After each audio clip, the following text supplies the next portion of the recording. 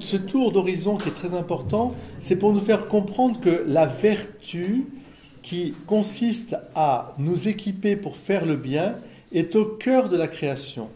Toute la création est vertueuse. Je suis absolument contre cette théologie malheureuse qui peut faire dissocier l'homme de la nature et qui ne l'immerge pas dans la nature, puisque Dieu lui-même s'est immergé dans notre nature, et aussi une théologie, une spiritualité, une religion manichéenne qui considère que la matière est mauvaise et que donc il n'y a que l'esprit qui est important. Eh bien non. Non, la matière, elle porte l'esprit et elle nous emporte aussi, elle nous donne. Donc, il y a vraiment à regarder la nature, comme Jésus nous le dit, et y puiser les grandes leçons de vie. Ça, c'est pour ça que Kant dira qu'une des portes ouvertes à Dieu, c'est la nature. L'autre, alors l'immensité, ou l'autre porte, ce sera l'homme, c'est-à-dire à l'intérieur l'homme. Et c'est vrai. Laure. Oui. Alors, elle nous a préparé un petit parcours sur les vertus dites cardinales. Alors, qu'est-ce que c'est qu'une vertu cardinale D'abord, parce que tu demandes de les citer d'abord, mais je suis pas sûr. Alors, citez les vertus cardinales. Alors. Je dénonce personne. Moi. Alors, vas-y, cite-les les vertus cardinales. La prudence, oui. La justice, oui. La force, oui. Et la tempérance. La tempérance, on en a beaucoup parlé. Alors, cardinal parce que c'est un pivot central. Oui, c'est comme si vous preniez une porte, en fait, vous avez des gonds, ça fait pivot, vous voyez ce que je veux dire? Chaque fois, ça tient. Ça, il y aura plein de traditions ça se retient, enfin, c'est central, c'est ce qui tient le tout. Bah, voilà. Regarde, nord, sud, est, ouest. Bon, de toute façon, on voit bien ce que ça veut dire. C'est quelque chose qui dessine et qui va orienter après beaucoup d'autres, donner racine à beaucoup d'autres. Elles sont cardinales. Elles sont cardinales. Donc elles sont un peu cheftaines. Oui, c'est central. Elles sont chefs de famille. Oui, si vous voulez, voilà, c'est pas un problème ça. Elles sont chefs de famille. Ce que je veux dire par là, c'est que ça revient tout, tout va se greffer dessus, quoi. Voilà. Donc la première vertu dont on va parler, c'est la prudence. Alors. Prudence qui ne veut pas dire lâcheté. Alors ça c'est important parce que des fois on a des mots où on dérive un petit peu sur des idées, vous voyez ce que je veux dire. Et pourquoi Parce que la lâcheté... Là, non mais pourquoi ça dérive? Je sais pas, dans l'usage des mots, peut-être, je sais pas, au départ. Non, parce que je vous rappelle quelque chose de très important sur l'étude des vertus. In medio stat virtus. La vertu se tient au milieu de quoi? Au milieu de deux... de deux vices qui sont contraires, qui s'opposent. Donc, à la vertu de prudence, va s'opposer, tu as parlé de la lâcheté. La lâcheté, donc oui. là, l'inaction, d'une certaine manière, effectivement, c'est l'inaction, donc ça veut dire la peur, souvent, peur, ouais. Enfin en tout cas l'inaction, et de l'autre côté, l'excès. L'excès de prudence, l'immobilisme, mais le vice... Quelqu'un qui est imprudent, c'est quelqu'un qui est téméraire. La témérité est un vice lié à la prudence, à l'absence de prudence. Le trop de prudence, effectivement, c'est l'inaction, c'est l'immobilisme. J'arrive pas à choisir, à me lancer dedans. Voilà. Alors ça peut être lié à la peur, à la lâcheté, à plein de choses. C'est central. La peur, en fait, elle est centrale. C'est la peur. En étudiant, je me suis rendu compte à quel point la peur nous tétanisait à tous les niveaux et que c'était quelque chose qui était très utilisé depuis longtemps, vous me direz. Hein, la sainte trouille, comme pour empêcher les gens de bouger, de faire quelque chose. Donc, quand je regarde la télévision actuellement, je trouve qu'on joue énormément sur nos peurs. C'est ça. Énormément. Ça nous paralyse, ça nous tétanise. Quand on demande autour, je me rends compte que les gens sont vraiment dans une peur, complète. Du coup, ça empêche toute action. Ça fait chuter la consommation déjà. Il n'y a pas que la consommation, je veux dire. Actuellement, le drame qui se pose, c'est ça, c'est un effondrement de la consommation au niveau national, mais on n'en parle pas. Par exemple, l'industrie automobile en France, en Europe, tourne à 50% de ses capacités sur des jeunes arrivés. Il y a quelque chose de très grave qui se passe, mais on ne le voit pas. Si, on le voit, on le sait ensemble. Il faut discuter, il faut voir les banquiers, je vous assure qu'ils ont très peur, on ne prête plus d'argent, il n'y a plus d'investissement, il n'y a plus rien. À cause du flou politique et la peur. À cause de la peur, comme tu sais très bien, à partir du moment où on dit qu'il va y avoir la banqueroute ou la guerre, les gens... Ah oui. Voilà. Ils vont les plus voilà, c'est ça qui est frappant, c'est la peur qui paralyse tout le monde. C'est ça. Et la télé fait que, comme les gens, enfin, on est tous pareils, on ne va pas prendre de recul, on ne prend pas un temps de recul sur ce qu'on nous livre, qu'on entend. Ouais. Ce temps de réflexion, qui est pourtant nécessaire tout le temps, comme on ne le prend pas, on se laisse envahir par la peur. C'est ça. Et du coup, c'est là qu'on fait plein d'erreurs. C'est fait pour. Ouais. Donc voilà, on est dans un monde où on est surinformé, mais vraiment surinformé. On n'a jamais eu autant d'informations, on sait même ce que pense le pape, ou ce qu'on lui fait dire d'ailleurs des fois, mais on sait trop de choses et on ne peut pas prendre du recul et réfléchir vraiment. Et ça, c'est un gros problème. Parce qu'en fait, dans toutes les vertus, ce qui va être important, c'est le temps de réflexion. Le temps de raisonnement et faire fonctionner son intelligence. Et c'est pour ça que la prudence, elle est l'orige des autres vertus. Voilà. Elle est l'orige, si vous voulez, comme celui qui guide les rênes. Parce qu'elle va disposer tout l'ensemble pour atteindre le but. Donc vous allez voir que dans la prudence, c'est pour ça que je disais, c'est important, elle se situe à la frontière entre l'intelligence et l'action, et le volontaire. Elle est bien sûr une vertu morale, mais qui est vraiment liée à la raison. Parce qu'il est nécessaire, pour être prudent, de faire marcher sa raison. Et donc... C'est pas l'instinct. La peur est l'instinct. La peur, c'est un instinct, c'est de protection. C'est une analyse. Voilà. Analyser le pour, le contre, le bénéfice-risque. Exactement. Mais pour ça demande un temps de silence intérieur aussi. Il faut faire un arrêt sur l'image. Et ce temps de silence intérieur, on ne le prend pas en général. Si vous regardez les informations, vous ne prenez pas un temps de réflexion derrière. Vous avez assimilé un tas d'informations qui vous sert plus ou moins d'ailleurs, mais il n'y a pas de ce temps après où vous vous posez, vous réfléchissez, est-ce que ça c'est vraiment... est-ce que j'ai raison d'avoir peur? Est-ce que, en fait, ce sont mes sentiments qui me guident là et pas uniquement... Vous voyez ce que je veux dire? Et cette attitude où on est tout le temps guidé que par du sentiment fait que on est manipulable et qu'on n'est plus dans l'action comme il faut. Vous comprenez ce que... Oui, très bien. Je sais pas. Si, au contraire. Je pense que l'étude des vertus, ça doit nous aider aussi à prendre vraiment un peu de hauteur par rapport aux événements qui nous frappent. On est dans un monde à l'horizontale, vous voyez, où chaque information chasse une autre information, et donc on est dans un flux, et on ne prend pas le temps de s'arrêter sur l'image. J'aime bien un petit peu voilà ce que tu as dit là. Il faut pouvoir prendre un peu de recul, ou, comme on dit, de hauteur, pour discerner, mais où est-ce qu'on veut nous emmener? Qu'est-ce qu'on veut faire, etc. Alors, la prudence, on s'en sert tous les jours, parce que normalement, si je prends la voiture là maintenant, en sortant du stop, je vais quand même regarder à droite et à gauche, regarder une deuxième fois peut-être, m'arrêter d'abord, et ensuite... il y a du bleu. Voilà, c'est du bleu. Donc, on sait qu'on a besoin de la prudence dans tous les jours, mais la prudence est une vertu, parce que toutes les vertus vont nous amener à aimer, hein. C'est pour être dans l'amour. On n'est pas vertueux pour être vertueux, c'est pour atteindre la charité parfaite. Donc quel est le rôle de la prudence là? La prudence, ça doit être...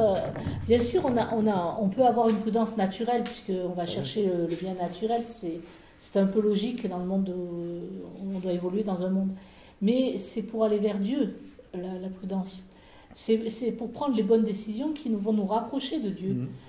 Parce que si on prend les décisions à l'emporte-pièce, ça ne peut pas aller. Ça nous fait faire des fois n'importe quoi. Vous voyez? Donc il faut toujours prendre un temps de réflexion, pour prendre une décision réfléchie. Quelque part, on peut dire que quand on pêche, un péché, hein, on est toujours imprudent. Il y a un défaut de prudence. Parce que on s'est brûlé, entre guillemets. On se brûle, on se laisse prendre. Ève est imprudente dans le péché des origines.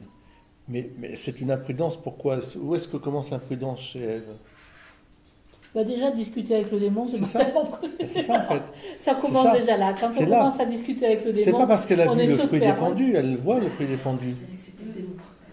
Si, ça s'entend à la façon dont mais elle est flattée. Voilà, il va utiliser la façon. Elle est flattée. Il flatte tes sentiments, il flatte ta façon de te voir. Tu vois ce que je veux dire? Mais c'est. T'es superbe, tu vas voir, tu vas être comme un dieu. Déjà, il y a quelque chose qui ne va pas. Quoi. Déjà, tu devrais dire, attends, tu me prends pour un dieu. Qu'est-ce qu'il me dit? Tu vois, il doit y avoir des signaux. Qui... Oui, mais aujourd'hui, nous on le sait parce qu'on vit en société, mais eux, s'ils étaient. Ah si, non.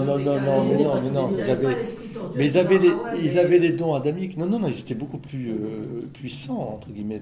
Ils voyaient Dieu tous les jours, ils marchaient avec Dieu. Ils ne le voyaient pas, mais ils marchaient avec lui. Ils n'étaient pas dans la vision béatique, mais ils étaient dans la grâce tous les jours, ils venaient voir Adam et Ève et il y avait un contact. Un contact que nous n'avons pas. Donc quand il y a l'autre qui arrive, on dit mais il a peur que vous deveniez comme lui. C'est ça qu'il dit. Hein. Là, il y a un piège. Là, elle raisonne pas. Et puis alors, il y a le piège qui est à la fois d'intelligence, donc une espèce de flatterie, si tu veux, qui te moustille. Et puis elle regarde de nouveau le fruit. Il trouve il est bon ce fruit. Enfin, il est beau. Mais là, c'est-à-dire il l'accapare en fait. C'est mon fruit. Voilà. Donc il y a quelque chose à la fois de la volonté et de l'intelligence. Et Éloi. C'est la même chose, je dirais. Le démon n'incite pas à l'impudence. J'ai l'impression qu'il incite d'abord à la curiosité. Ah bah, toujours. Il ne dit pas, prends pas ça. Non, regarde, il est beau. C'est agréable. C'est agréable. La curiosité. C'est très vrai. C'est très très vrai. Et après, il promet quelque chose dont il sait très bien qu'il n'y aura pas. Donc il ment. Tu vas être super. Et le mensonge est plus facile à suivre des fois que la vérité. Donc ça veut bien dire que l'intelligence, elle n'est pas mise en route là. Oui, c'est-à-dire qu'à ce moment-là, l'intelligence, la droite raison va se couper on va fermer le rideau et on va faire marcher que la volonté. Enfin, la volonté blessée, disons, ça, c'est un fait faible. Elle va accaparer. Donc, ouais. Est-ce qu'il n'était pas dans un monde tellement de confiance, parce qu'avec Dieu, on était en confiance. Ah bah oui, oui. Je te dis, bon, bah, tu fais pas ça, tu fais pas ça. Ah non, mais la confiance, c'est pas nunuche. Non, mais c'est pas ça que je veux dire. Ce que je veux dire, c'est qu'elle vivait dans un monde de confiance. L'autre arrive, il lui susurre quelque chose, mais elle n'a pas été chercher beaucoup plus loin. Elle avait la capacité. Mais vraiment une légère capacité. Mais non, justement, non, vous trompez. Vous trompez, c'est nous qui avons une légère capacité. Mais oui, parce que Adam et Ève, ils ont perdu beaucoup. Ils vivaient dans un état de grâce. Un état de grâce permanent, c'est la grâce adamique.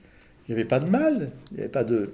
Ils étaient... Elle était vraiment planée, quoi. Ben non, c'est le contraire.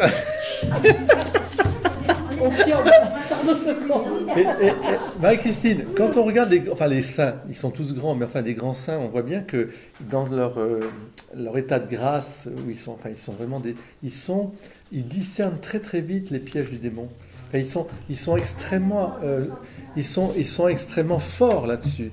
Et ils sont, comme disait le pape, j'ai bien aimé, le pape François a fait un discours il y a quelques temps de ça, c'était quelques années de ça, aux jeunes, qui se préparaient au JMJ, en disant donc que justement il fallait, au moment de la fête du Christ au roi, que le Christ nous demandait d'être à contre-courant.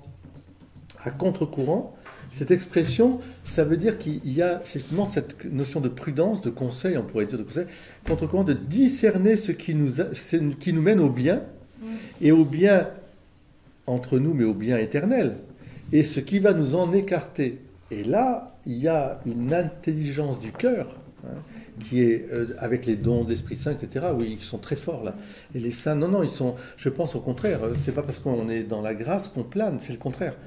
Je pensais qu'ils étaient dans la naïveté. Non, non. Les enfants naïfs, avec le Non. bleu et tranquille. Non, pas du tout. Non, au contraire. Mais ce qui prouve que la ruse du serpent était extrêmement...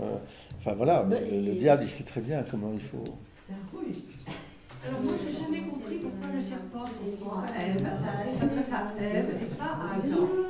Alors, je pense que d'abord, c'est un récit. C'est un récit. Le récit de la Genèse est un récit. C'est donc pas à prendre au sens strict du terme, c'est-à-dire comme si c'était Ève et Adam, c'est l'humanité de toute façon qui est blessée. Mais s'il y a la typologie féminin et masculin, c'est peut-être parce que d'abord on est dans à une époque où ça a été écrit, où il y a un peu, je dirais, alors là pour reprendre un peu Marie-Christine, l'homme est un petit peu, comment dire, nunuche, et que la femme est plus intelligente au sens de la sensibilité. D'accord ? Voilà. Et donc, parce que l'homme, lui, ce qu'il faut, c'est que ça mange, bobo. Voilà. Donc, il va, c'est le chasseur. Il revient. Bon, la femme, elle reste dans. Mais bon, mais en tout cas, c'est une typologie du masculin et du féminin. D'ailleurs, remarquez bien, la femme, elle est séduite. L'homme, lui, alors, et elle donne la pomme à manger à Adam. Qui mange, lui, sans réfléchir. Oui, non, mais je sais bien qu'il aurait pu refuser, mais c'est une typologie. Non, mais c'est très vrai ce que dit Marie-Christine, on aurait pu refuser. Mais c'est une typologie, encore une fois, mais c'est comme des types. Hein. Donc, l'homme mange, la femme lui propose, il mange. Il ne réfléchit pas d'une certaine manière. Ma femme m'a donné, c'est bon. Et après, alors là, il est furieux quand même. Il dit, parce que là, il se voit, il est nu, nanani, nana, et puis il va dire, au lieu de dire, enfin, il va accuser Dieu. Là, il va s'en prendre à Dieu. Ouais, mais la femme que tu m'as donnée, voilà. Qu'est-ce que tu m'as refilé ? Tu m'as refilé, quoi. Et puis, alors que Ève, elle est toute penaude. Elle dit, c'est le serpent qui m'a trompé. Et puis l'homme, tu m'as donné. Voilà. Vous remarquez qu'aucun n'assume, de toute façon. Hein. Oui, il rejette la faute de l'autre. Il n'y en a pas un qui dit, les, j'ai fait une les caractères sont différents. Quand même déjà bien. Alors, bien sûr c'est l'humanité tout entière qui est tombée. Enfin, le péché concerne les hommes. Mais dans ce récit, il y a quelque chose qui est bon à prendre. Hein. C'est pas culpabiliser la femme par rapport à Adam. Hein. Adam, il fait la même faute, hein, en fait. Je dirais même, il n'a pas un rôle très glorieux, très intelligent. Enfin, je veux dire.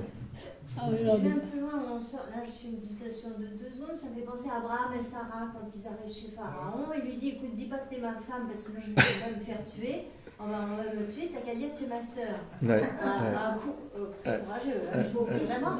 Et c'est très vrai. Et Dieu donne un rêve à Pharaon qui n'est pas du tout. Ah oui. Voilà, on lui dit attention, on fait pas ça. Non, c'est pas qu'il n'est pas du tout, c'est que, c'est encore une fois, c'est très important ce que vous dites là, c'est que notre vision du monde religieux est une vision faussée.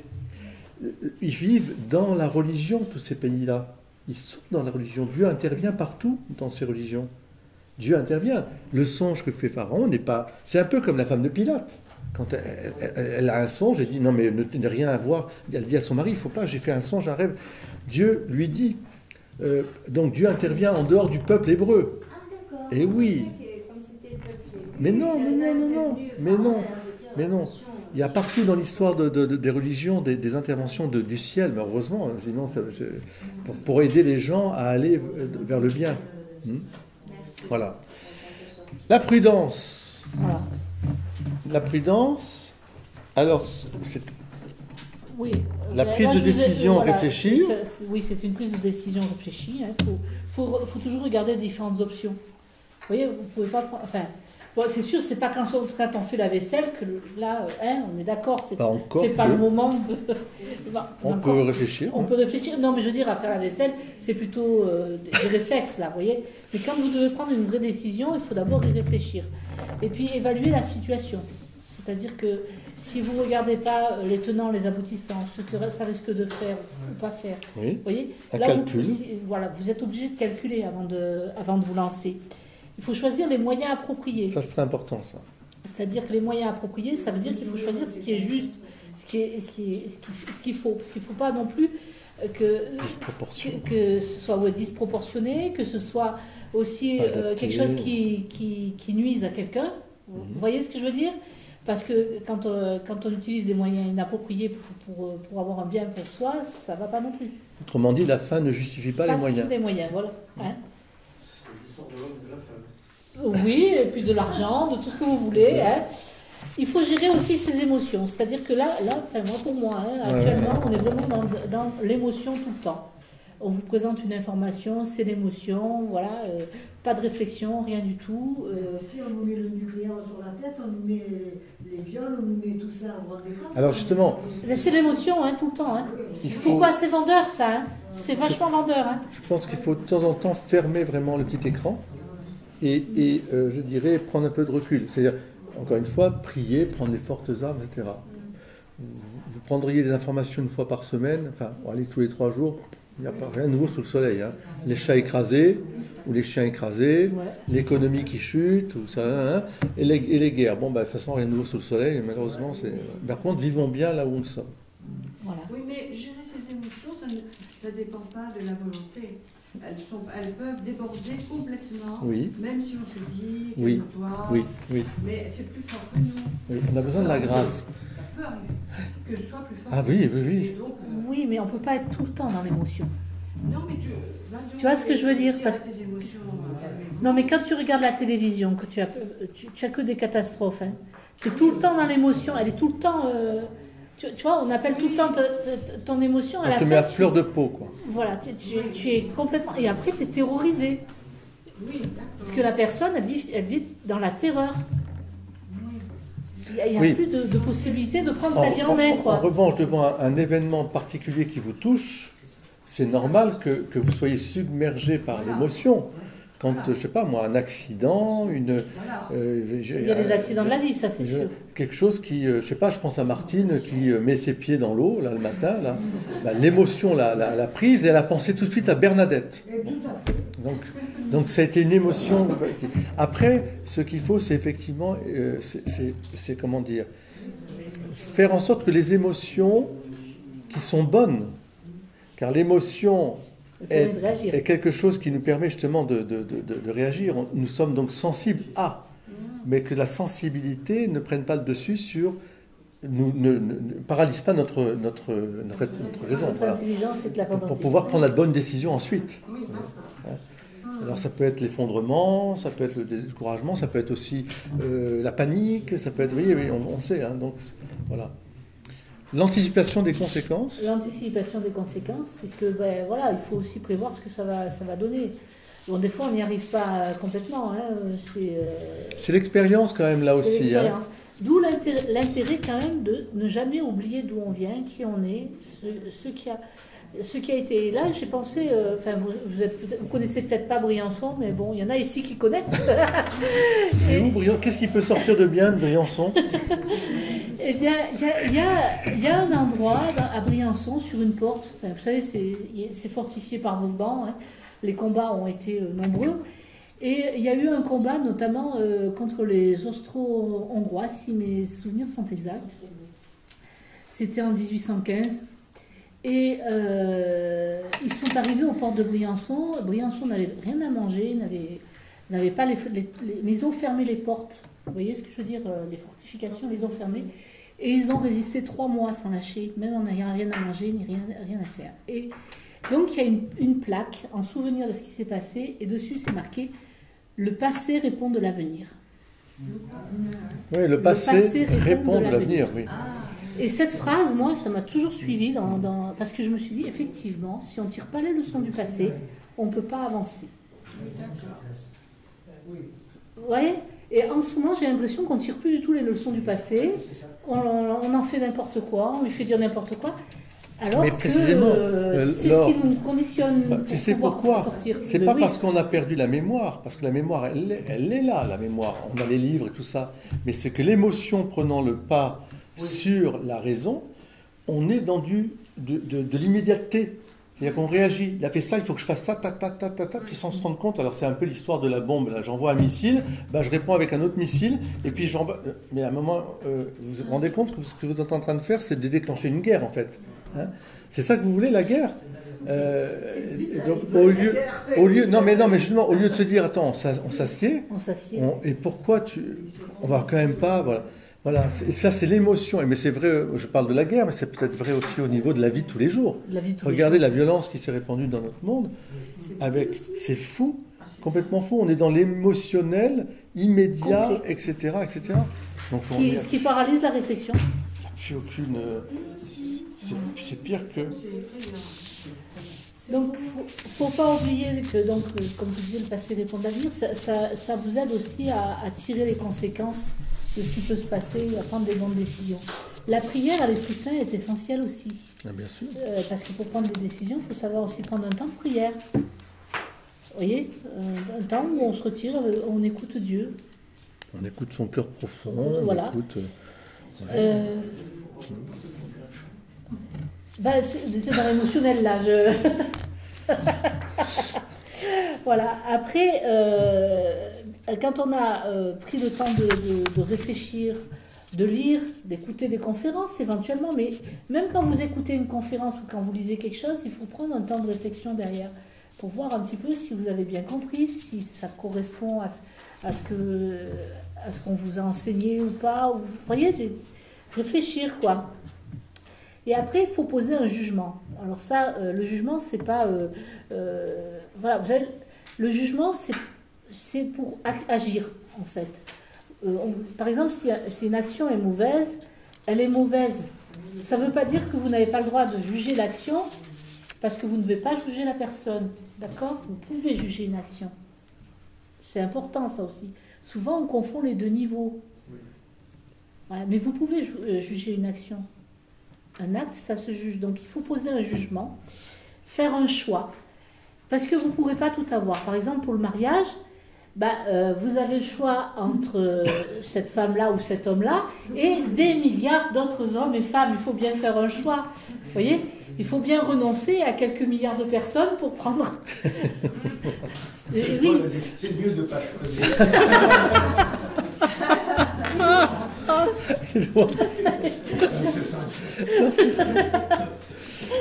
Voilà. Si c'est ça, dira Pierre, il vaut mieux pas se marier. Et donc, mais ce qui n'est pas possible à l'homme, à ce moment-là, dira Jésus, l'est à Dieu. Ce qui est très important là, tu vois, c'est que tu es en train de dire que si on fait un choix, parce que le jugement, il est à l'entrée de la prudence et à la sortie de la prudence. Voilà. Parce que, encore une fois, c'est une vertu cardinale, mais qui est à la frontière de l'intelligence et de la volonté. Elle a vraiment un rôle, je dirais, primordial sur les autres vertus. Parce que précisément, elle va organiser toutes les autres vertus pour atteindre au bien. Oui. Et comme on est blessé par le blessé, on a besoin de la grâce, donc tu parlais de la prière, mais on a même besoin du don de l'Esprit Saint, qu'on appelle comment le don qui est lié à la prudence. On a 7 dons. C'est le don de de conseil. Le don de conseil. Le don de conseil. C'est-à-dire que l'Esprit Saint va souffler pour dire. Et ce don de conseil, je dirais qu'il est alors... l'Esprit Saint souffle partout. Et partout, je voudrais vous redire quand même une page de Platon qui raconte la vie de Socrate, où Socrate dit lui-même j'entends mon démiurge, mais c'est l'esprit qui me dit il ne faut pas prendre cette route, il ne faut pas faire ceci ou cela. Et là, il ne le prend pas d'ailleurs, et là, il y a tout à coup un accident avec des cochons qui ont dévalé la pente, qui ont cassé les jambes des gens, etc. Enfin, et lui, il dit clairement j'ai été averti de ne pas... Il a suivi un conseil là, qui lui a été donné. Et on est traversé par l'Esprit Saint. L'Esprit Saint nous stimule, nous dit attention, danger, attention là, ou attention. Souvent c'est un peu plutôt attention. Donc, ou alors, il va donner une force. Voilà. Mais la prudence n'est pas encore une fois d'être prudent au sens de la peur. Enfin, ce que tu dis... la fausse prudence, c'est quoi la fausse prudence ? Moi, je ne me mouille pas. Jésus, il a été prudent, bien sûr, mais il s'est livré à Pilate. Mais il est prudent, il ne l'agresse pas, Il n'agresse pas d'ailleurs son peuple aussi, mais il dit la vérité, c'est tout. Bon, voilà. Or, la vérité, ça peut être un vrai problème parce que vous avez aussi le jugement des autres. Vous pouvez avoir très peur du jugement des autres. Très peur de ça, du qu'en dira-t-on, etc., qui va vous paralyser. Et des fois, il ne faut pas avoir peur. Solzhenitsyn, quand il s'est retrouvé à Harvard et qu'il a dit quel était le modèle de civilisation qui était le meilleur, les journalistes s'attendaient à ce qu'ils disent c'est le modèle américain, il était à Harvard. Et il a dit non, mais vous n'avez pas le modèle de civilisation idéal. Hein. Parce que ça lui a valu une volée de bois vert incroyable. Et pourquoi il disait ça? Parce qu'il disait qu'aux États-Unis, les gens sont complètement, ils sont dans la certitude, ils mettent leur certitude, ou disons leur confiance, dans la réussite financière, enfin disons économique. Et que ça, c'est quelque chose qui en fait... C'est ça qui est écrit sur le dollar. Exact. Oui, tu as raison, Edouard. Qu'est-ce qui est écrit sur un dollar, je vous rappelle? In God I trust. Ouais. Ah ben oui, en Dieu, je mets ma confiance. Hein. Donc, bon, c'est quand même un paradoxe. Mais ce qui prouve... La pyramide aussi. Oui, c'est ça. Ça, c'est autre chose. Alors, si vous voulez un très beau texte sur la peur qui paralyse et donc la prudence, la vraie prudence, vous allez lire des écrits du bienheureux Jerzy Popieluszko, où il a écrit donc aux ouvriers de Gdansk dans les années 80 pour Solidarnosc. Il a célébré des messes avec des sermons et on a recopié ces sermons sur la peur. Et en disant que nous atteindrons vraiment la liberté des enfants de Dieu que quand nous n'aurons plus peur de perdre rien du tout, y compris notre vie. Pour le bien, pour la vérité, etc. Bon, là, ça rejoint aussi l'histoire de la mère qui est capable de tout donner pour ses enfants, etc., etc. Et alors, à partir de ce moment-là, les communistes, enfin le communisme, on va dire, parce que les hommes restent les hommes, eh bien, ils se sont cassés les dents devant des gens qui n'avaient pas peur d'être enfermés, de tout perdre, mais non, parce que pour la liberté, vraiment. Oui. Alors, il est 15h40, je pense que, parce qu'on va avoir le temps de développer, parce que finalement vous avez une bonne nouvelle, on va pouvoir développer pendant toute l'année la vertu. Peut-être que ce mois-là qui va se passer, on pourrait peut-être prendre un peu de temps pour demander au Seigneur de nous fortifier dans la prudence et de peut-être le mois prochain, au tout début, de commencer par dire, tiens, moi j'ai pris le temps de réfléchir pour ceci ou pour cela, la prière, ça peut être le don de conseil, je ne sais pas, quelque chose, si vous voulez, vous pouvez vous dire, tiens, on va quand même mettre ça en pratique dans ma vie de tous les jours, je vais essayer de voir là où je suis peut-être pas très prudent ou imprudent, ça peut être la nourriture, parce que oui, comme c'est l'origine des autres vertus, la tempérance, la force, la justice, je peux manquer de prudence. Sauf l'amour, la charité, là, vous pouvez y aller sans limite. Où situe-t-on la souffrance? La souffrance, où est-ce qu'elle se situe, la souffrance? C'est pas une vertu, la souffrance. C'est pas une vertu, mais pourtant c'est tellement important pour Marie. Marie, par exemple, dans les chapelles, préfère les mystères douloureux. La souffrance, c'est... Je dirais pas... Attention, Christine, je crois qu'il faut que tu fasses très attention parce qu'il faut bien préciser. Là, je ne sais pas d'où tu tiens que Marie préfère les mystères douloureux. Non, c'est pas ça. Je pense que la souffrance n'est qu'un moyen. C'est un moyen, c'est jamais une fin. Et la souffrance, elle a été librement acceptée, volontairement acceptée, pour exprimer un don de soi plus grand. Hein. Mais en aucun cas, et l'Église a toujours été extrêmement sévère là-dessus, on ne se propose à la souffrance. Ça, ce serait terrible. Parce que c'est ce que, même au moment des martyrs, il y avait des gens qui pensaient que pour imiter Jésus, il fallait se proposer comme martyr, et ça l'Église a interdit, absolument interdit. Donc, par contre, si on vous demande de témoigner, oui, c'est autre chose. Donc la souffrance n'est pas une vertu. La souffrance, c'est un mal. Mais seul Dieu peut d'un mal tirer un bien. D'accord ?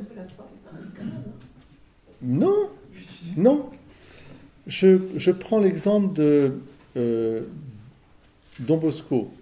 voit lui apparaître Dominique Savio. Et Dominique Savio, vous savez qu'il est mort jeune, puis il est mort dans des souffrances quand même aussi, enfin ils avaient des maladies, de toute façon c'était comme ça à l'époque. Enfin il meurt jeune, à 15-16 ans, et il monte au paradis, bien sûr il est dans le paradis, et il apparaît à Don Bosco. Et Don Bosco, il va parler après à tous les jeunes qui sont là. Et il lui dit, il voit Don Bosco, Dominique est si heureux, il est là, c'est une image, hein, que Don Bosco, c'est les visions de Don Bosco, il le voit au paradis. Et puis il dit à Dominique Savio, il dit, Dominique, qu'est-ce qui t'a permis d'aller au ciel? Qu'est-ce qui a été le moteur, la vertu finalement qui t'a fait aller au ciel? Alors, il commence par lui dire, est-ce que c'est, ton ascèse? Non. Est-ce que c'est, je ne sais pas moi, il vient toutes les vertus. Est-ce que c'est ta grande chasteté? Non. Est-ce que c'est que quelle est la vertu qui t'a fait aller au ciel? Eh bien, il dit, ma dévotion mariale. C'est-à-dire que j'ai cultivé en moi l'esprit d'enfance. Je me suis confié à ma mère du ciel. Et alors, Don Bosco s'est servi de cette dévotion mariale pour dire aux jeunes, des jeunes de Turin, qui étaient des jeunes des rues, là, en disant, n'oubliez jamais la Vierge Marie, prenez-la avec vous, etc., etc. Elle sera votre guide, etc. Donc, et Don Bosco l'interroge sur toutes les vertus, hein, et y compris celle de la souffrance, enfin, d'accepter les peines, etc. Non, c'est pas ça. Ce qui m'a ouvert le ciel, c'est ma dévotion mariale. C'est-à-dire, au fond, la confiance qu'il a eue en la Vierge Marie, qui était la porte du ciel, et en se confiant à Marie comme un enfant, pour qu'elle le conduise à Jésus. Non. La souffrance, bien sûr que la souffrance, elle devient sainte dans le don que fait Dieu de lui-même, mais jamais, au grand jamais, oui, c'est pas une vertu. Mais juste... Ouais, je ne veux pas critiquer la dévotion mariale, pas du tout, mais la charité, c'est pas la vertu qui mène au ciel? Mais oui, il ne faut pas l'opposer. Parce que finalement, la dévotion mariale, c'est la dévotion d'un enfant qui aime sa mère et qui a la mère à l'enfant. Donc qui aime sa mère, qui est la mère de Jésus-Christ, et donc qui aime Jésus. Donc ce qu'il voulait dire par là, c'est qu'il se laisse guider par Marie. Vous avez une phrase de saint François de Sales qui est magnifique, en vieux français, il dit « Je vais où va ma mère, et ne me soucie point d'y aller. » Je me soucie point d'y aller. Je vais où va ma mère et ne me soucie point d'y aller. Vous savez, c'est incroyable. Saint François de Sales, une intelligence incroyable, il y a tout ce qu'il faut pour eux. Eh bien, un esprit d'enfance. Je vais où va ma mère, ne me soucie point d'y aller. Comme le petit qui suit sa maman, qui tire. Et tu as des rosaires, comme le rosaire de Saint François d'Assise, qui est basé sur les 7 joies de Marie. Pas sur les souffrances, sur les joies. Oui, non, mais je n'oppose pas, attention. Voilà, il faut voir je ne vais pas opposer. Moi, quand je médite les mystères douloureux, j'y vois un excès d'amour, enfin, au sens de... Ça m'aide. Je ne suis pas là pour opposer. Mais je dis surtout, nous ne sommes pas doloristes. Hein. Nous ne sommes pas masochistes. Nous ne sommes pas... enfin, voilà, non, ce serait terrible. Parce que ça peut même faire fuir les gens. Parce qu'ils ont, c'est pas possible. Tu vas leur dire, non, votre souffrance, il faut l'offrir. Mais la souffrance a quand même plein de vertus. Celui qui n'a jamais souffert ne peut pas comprendre les autres, ne peut pas tendre la main. C'est vrai. Quelqu'un qui ne s'est jamais cogné le pied, qui n'a jamais eu une rage dedans, ne peut pas comprendre quelqu'un qui en a de genre, ouais, au pied, t'as mal. Ouais, c'est vrai. Il faut souffrir pour attendre la main. La souffrance épure notre amour, oui, ça je suis d'accord. Mais on ne peut pas désirer la souffrance pour la souffrance. Ce que tu analyses, c'est la douleur, c'est pas pareil. Oui, alors il y a la douleur, mais il y a quand même... oui, je suis assez d'accord. Sine dolore non vivitur in amore, dira l'imitation de Jésus-Christ. Sans douleur, tu ne vis pas dans l'amour. Parce que l'amour étant le don de soi-même pour les autres, ça fait mal. Mais je ne vais pas tout le temps me... Il ne faut pas le rechercher non plus. Ben non. Éloi. Et Christine, et pour moi aussi, la souffrance n'a du sens que unie à la souffrance de Christ. Mais c'est que, alors comment monnayer, et c'est le cas de le dire, ça, mais la souffrance, c'est l'argent que nous avons uni au Christ pour capitaliser au ciel. Oui, c'est-à-dire que personne n'échappe à la souffrance ici-bas. Personne, absolument personne. Mais, c'est toujours un peu l'excès. Hein. On ne peut pas désirer la souffrance pour elle-même. Ce qu'on peut désirer, c'est offrir sa vie pour les autres. Ce qui implique forcément de souffrir. Parce que si on l'offre vraiment, eh bien, on se laisse dépouiller quelque part. Donc c'est l'instinct, je dirais, de l'amour. Enfin, c'est l'amour qui va au-delà. Mais on ne peut pas... Alors, l'excès, ce serait effectivement le dolorisme, c'est-à-dire, effectivement, ou le masochisme, enfin voilà, des gens qui considèrent que plus ils souffrent, plus ils sont dans la grâce. Non. Non. Et d'abord parce que personne ne sait ce qui peut, quelle est sa mesure. Puis ça peut éloigner quelqu'un aussi. En revanche, l'autre côté, c'est un amour qui n'est pas un vrai amour. Là, je rejoins Christine, c'est-à-dire que si je ne souffre pas, j'ai la douleur du don de moi-même, je ne peux pas être dans l'amour. Parce qu'à ce moment-là, je suis que l'amour de moi au détriment de l'autre. Bien sûr, c'est évident. Mais jamais, encore une fois, je vous dis, même en général, le Seigneur nous dit, d'ailleurs, il dit que c'est l'Esprit Saint qui viendra à votre secours. Mais voilà, c'est lui qui saura si vous êtes martyr ou pas martyr. On peut être martyr goutte à goutte. Non, mais ça a été, parce que vous voyez, il y a eu un mouvement d'imitation du Christ où les gens étaient téméraires, c'est ce que ça m'était mérité, et ils venaient se dénoncer comme chrétiens. Si on t'arrête pas et on te dit tu es chrétien, oui, là tu dis, mais tu vas pas au-devant en disant moi je suis chrétien, et, tu parles, et le jour où tu as le couteau, on te torture, ouais. Ben, là je suis pas sûr que je tienne, vous voyez, parce que je suis trop sur moi. Voilà. Alors la contemplation des douleurs de Marie, par exemple, c'est très bien. Moi, Marie au pied de la croix, mais jamais Marie ne se présente, enfin, comment dire ça, elle n'est jamais dans le dolorisme, Marie, jamais. Jamais. Dans l'Évangile, bien sûr, jamais. Et même quand elle apparaît aux enfants, Fatima ou autres, ou qu'elle va montrer l'enfer, tout ça, elle dit... Il faut prier. Ah oui, dans la Salette, elle pleure. Attention, elle peut pleurer. Elle pleure d'amour, elle pleure de douleur au sens de douleur, mais elle ne dit pas, elle va dire que les hommes font leur malheur. Elle n'est pas masochiste. Voilà. Donc les mystères joyeux, douloureux, glorieux, enfin, ils sont très importants, et douloureux aussi, bien sûr. C'est un ensemble. Bon. Éloi. Je vais ajouter encore. Allez-y, une dernière. On a tout à l'heure, elle est passée. L'esprit souffle partout. Et il faut finir la phrase. L'esprit souffle partout. Où il veut. Surtout où il veut. C'est ça, surtout où il veut. Et c'est souvent où il veut, c'est l'inattendu. C'est l'inattendu. C'est très vrai. C'est très vrai. Merci, Éloi. Merci à vous tous et merci pour les animaux, les plantes, etc.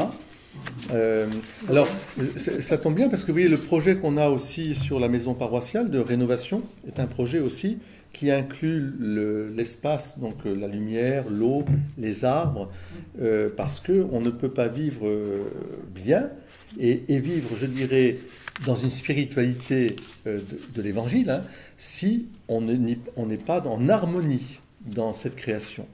Et vous remarquerez que c'est les lieux spirituels, par excellence, que sont des monastères, par exemple, ce sont des lieux d'une beauté incroyable, d'harmonie avec la nature. J'ai jamais vu un monastère qui soit saccagé, quoi. Enfin, où la nature est saccagée. Mais jamais, c'est le contraire. La nature est embellie, elle est honorée, elle est bon. C'est vraiment tout à fait aura et labora.